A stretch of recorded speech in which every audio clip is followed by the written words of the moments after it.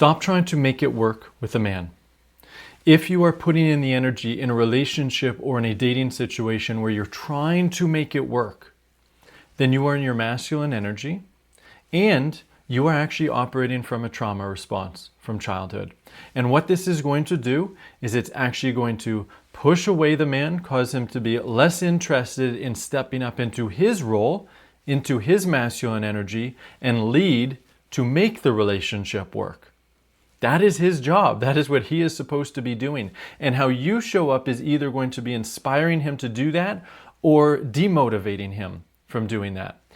And in this video, we are going to talk about why women will typically get into this trying energy, this masculine energy, this energy where you're trying to make it work in the dynamic, and why that pushes a man away, and what you can do about that instead to actually inspire him. Before we get into it, I am going to introduce myself. My name is Zach Rohde. I am here to lead you into creating the relationship of your dreams using your feminine energy and what I call feminine communication to inspire a man into cherishing you. If you have not yet subscribed to my channel, make sure you do that below, hit the notification bell, and be sure to like this video because I'm going to make sure it's a really good one for you. So here's what happens. Typically in a dating situation or relationship situation, at first things are good. The man is leading, the man is taking charge to some degree, right? He's initiating, he's making plans, and you get to go along for the ride. And it feels easy, and your hormones are going off, and you're feeling really good, and you're excited. And then at some point, whether it's, a fifth date or whether it's in a relationship for a few months or over a year, whatever, he starts to withdraw his energy. He starts to lead less. He starts to show less interest. And the relationship isn't working the way it used to. And it was so easy for you to go along and just, be in your feminine when your needs were getting met. But then when he stops meeting those needs, when he stops leading, you're compelled into this trying energy to now try to fix things.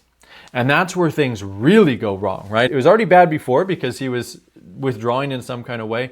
But when you step into that trying energy, it causes this snowball effect where he's just pushed away so much more. And then you feel the need to try so much more to fix things until it eventually just ends up in some kind of disaster. So the reason that women tend to go into this trying energy, there's a few reasons, but I'm going to talk about a childhood reason for a moment. So in childhood, your parents are supposed to be your caretakers. They're taking care of you and you are being taken care of. And in a healthy caretaker role, it's the caretakers who are the ones who are putting in the energy to make sure that the relationship works. If they are neglectful or abusive in some kind of way, the child then feels like they have to put in this effort to make the relationship work.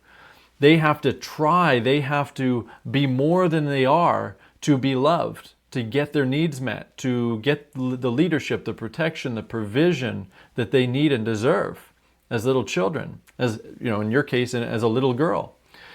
And so you learn that you have to be essentially you have to be in your masculine to get your needs met.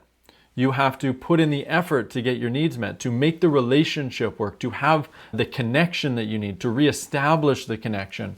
And this is not the lesson that you are supposed to learn as a child, especially as a girl. Because being in the caretakee role, like you're being taken care of, you're just supposed to have that provided for naturally. And so you go into adulthood and you start dating and you start meeting men and you meet a man that you really like and then he starts to withdraw and then this feels very familiar, right? Because this is sort of what happened in childhood as well, typically. I mean, it can happen where you actually had an amazing childhood and this didn't really happen, but you still go into this trying pattern, but it's going to be much more extreme and intense if this did happen to you in childhood. So now you go into this trying energy and then it spirals out of control. When you get into this situation, typically it's because the man's needs are not being fully met. Women often don't really understand on a deep level what a man needs. So every man has a masculine instinct, and what he needs is to be respected deeply by you. So deep respect, it's called reverence. He needs to feel your reverence for him, and he needs to feel your trust in him, your faith in him, and he needs to feel fully received by you, which means that you're receiving his leadership, his advice, his time, you're taking it all in, you're expressing gratitude for it, all of that. And, this is important, he needs to feel your self-worth as well. He needs to feel that if he started dropping the ball and started just not caring or treating you poorly, you're not going to tolerate that. You're going to peace out and find somebody else.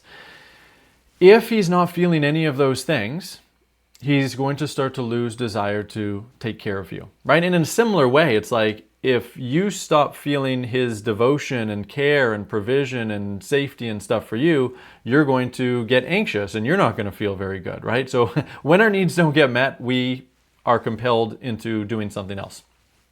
So at some point, if he starts to check out, it means that you're not in your self-worth in some way, or you're not respecting him, revering him in the way that he needs to be. And so you need to look at those behaviors. And by the way, I have tons of videos to help you look at those behaviors to understand what it is that you might be doing. And then you need to start shifting those behaviors so that his needs get met, which means you need to be letting go of control, shifting out of your unhealthy control patterns. It means you need to start using feminine communication to communicate your needs all the time. Stop questioning or judging or getting into his space and all of that. Use feminine communication for everything. And it means in this specific situation, so like you need to fix just yourself by shifting this in general in the relationship or in the dating situation. But then also in this specific situation where you notice that he is starting to withdraw and you're getting into that fix-it energy. That fix-it energy is a control pattern. It's you trying to lead and it's not going to work. So first of all, you have to notice, okay, what am I feeling when this happens? It's probably anxiety, right? It's sadness as well, maybe some anger, some shame, but especially anxiety you're going to feel. Part of that is wounding. Part of that is your feminine instinct that's telling you something is wrong, because something is wrong, right? You're not receiving provision, and that the future of continuing to get the provision from him, his care, his love, his time, just him, his leadership, it's under threat, and you can feel that. So it's compelling you into the control pattern. What you really need to do is feel all the feelings that are coming up for you, and they might be very big feelings, very uncomfortable feelings. You need to get really good at feeling everything that comes up for you, no matter what. And then you need to open yourself up to his help, his care, his clarity about what's going on. So you can still go to him. You don't just wait passively and hope that hey, he gets his life together. He might doing that, but he might not. And you're going to be feeling agony the whole time if you're just kind of waiting and hoping, right? And it actually just becomes kind of a form of manipulation to do that. There's a lot of femininity coaches that teach that. No, don't do that. You need to come to him. But when you come to him, you're not coming to him with a fix-it kind of energy. You're coming to him opening up vulnerably and communicating what's coming up for you. And hopefully that will inspire him into fixing everything that's wrong. It's not your job to fix anything. Take that pressure off yourself of that it's your job in any way to fix anything in the relationship. It's not. And if you come to the relationship or on dates with that kind of energy, it's not going to fix it. Your job is to focus fully on you and learn how to fully honor yourself by being in your feminine energy. It's not about the relationship, it's about you. You have to decide, I'm going to be in my feminine energy because I need to be in my feminine energy. And I need to be using feminine communication because it feels good to be using feminine communication. It's not to fix anything. It's not so that he's inspired. It's not so that he feels respected. All of that is just masculine outcomes. You're doing this because it feels good for you. And when you learn how to do, that's what's going to inspire him, because now you're in your feminine energy, right? So you end up fixing the relationship, we'll call it this, you end up fixing the relationship without trying to actually fix it, just by focusing fully on you. So you come to him receptive. You can ask him permission for help. Typically that's what you need, right? You need help with your feelings, help with what's going on. You share your anxiety using feminine communication, I feel really anxious, and then he's going to lead you to understand why. You're going to share why without judging him, without blaming him, by focusing fully on you. You stay in your lane, and so that he can feel it, so that he can feel the pain that you're experiencing. And because you're being so vulnerable in that moment and so respectful, it can actually activate his masculine instinct to start to fix things in that moment. And whatever else was going on where he was losing attraction for you or losing some connection for you, that can really shift. When you're truly in that vulnerable frequency, it can shift in an instant. And I've experienced this with my wife, where I've been feeling like I just don't want to be in the same room as you. And it's like, you're not showing up the way that I need, that kind of thing. And then she really gets into that vulnerable frequency. And then everything else that was going on for me, where I was just kind of wanting to withdraw, it's all gone. And all I want to do is take care of her heart in that moment. All I want to do is take away her pain, take away her fear, give her a big hug, make sure that she feels the reassurance that she needs, and make sure that she knows how cherished she is by cherishing her, by giving her everything that she needs. And then that inspires me further to continue stepping up even after that situation, to start fixing whatever it was that was going wrong and causing issues and discord in our relationship.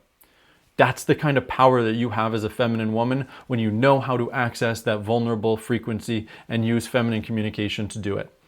If you would like help learning how to make these shifts, make sure you continue to watch these videos. I've got so many great videos for you. And if you would like my expert support, showing you how to make these shifts, teaching you how to make these shifts, then do a discovery call with me. Go below this video, open up the description, click on relationshipofyourdreams.com, watch the video on that page, book the call with me below. We'll get on a call and we'll talk all about this, and I'll open you up and figure out exactly what's going on. I'll tell you exactly what's going on and give you what you need to start making these shifts. And then we'll find out if our program is right for you, where we can help you. And if so, great. We'll help you create the relationship of your dreams. That's it for this one. I will see you for the next video.